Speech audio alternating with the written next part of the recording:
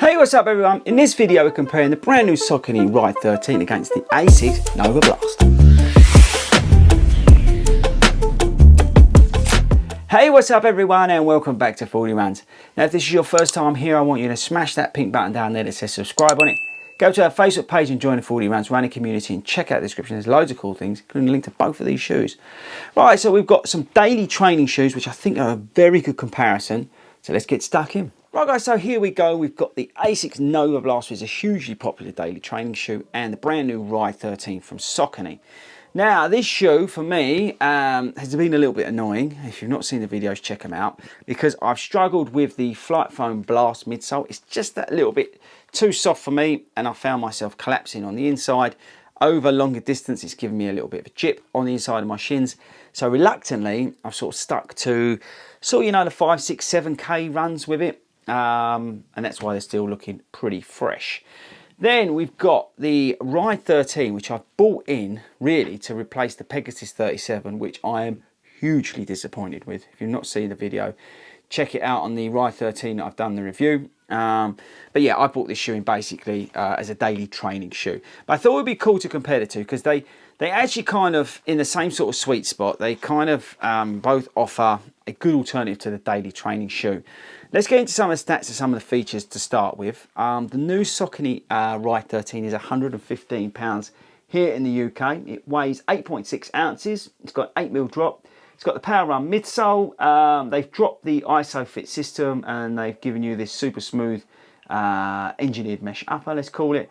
And yeah, I think I mentioned it before, it's £115. And then you've got the Asics Novablast, which, like I said a second ago, has got this massive slab of Flight Foam Blast along the midsole. The shoe weighs 9.5 ounces. You can now get it for under £100. It's got a 10mm drop on it, and you've got this mesh engineered upper on it, like most of the shoes out there currently. So right, where do we start? Well, first let's start with the Saucony. Now this shoe's awesome. I stuck this on and I just went out and I just ran, which is just amazing. You know, there's no bells and whistles about it. You can just go out there and run any distance at most speeds and it just feels comfortable. It's nice and sort of flexible. You've got a fantastic heel to toe transition. You've got the great Power Run midsole, which is giving you, you know, plenty of pop and a nice bit of cushioning. You've got a great outsole, nice and sticky, nice and grippy for me down the canal paths. As you want with a daily trainer, there's, you know, a decent amount of foam around the heel and around the tongue. The lacing, great. You've got a little bit of structure to the outsole, which is super breathable. And at under 10 ounces, it just ticks so many boxes. £115 as well.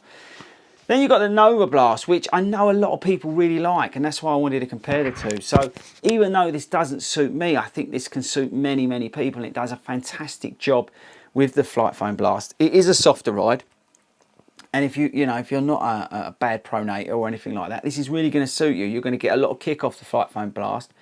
All right, it's heavier than this, but you know what? It's got so much midsole, so much foam here. It's going to be that little bit heavier.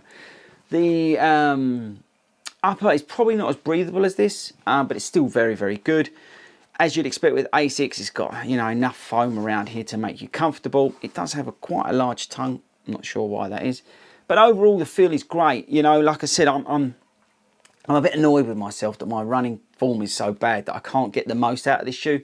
Because I really feel like if you're suited to this shoe, you're going to get a lot out of it, especially the energy return out of the Flight Foam Blast.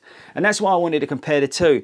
So I think if you're looking for a daily trainer, if you're like me and you're a bit of a heel striker, you may be fatigue pronated a little bit, and you know you want a nice heel to toe transition, something nice and smooth, then definitely go for the Ride 13. But if you want something that's going to give you plenty of bounce, plenty of energy return, you know, feel like you can, you know, really go for it, then check out the Novablast as well. I know that probably doesn't help you, but I think they both offer something very kind of different. They're along the same lines, but they're coming at it at different angles. So yeah, I would recommend actually both shoes.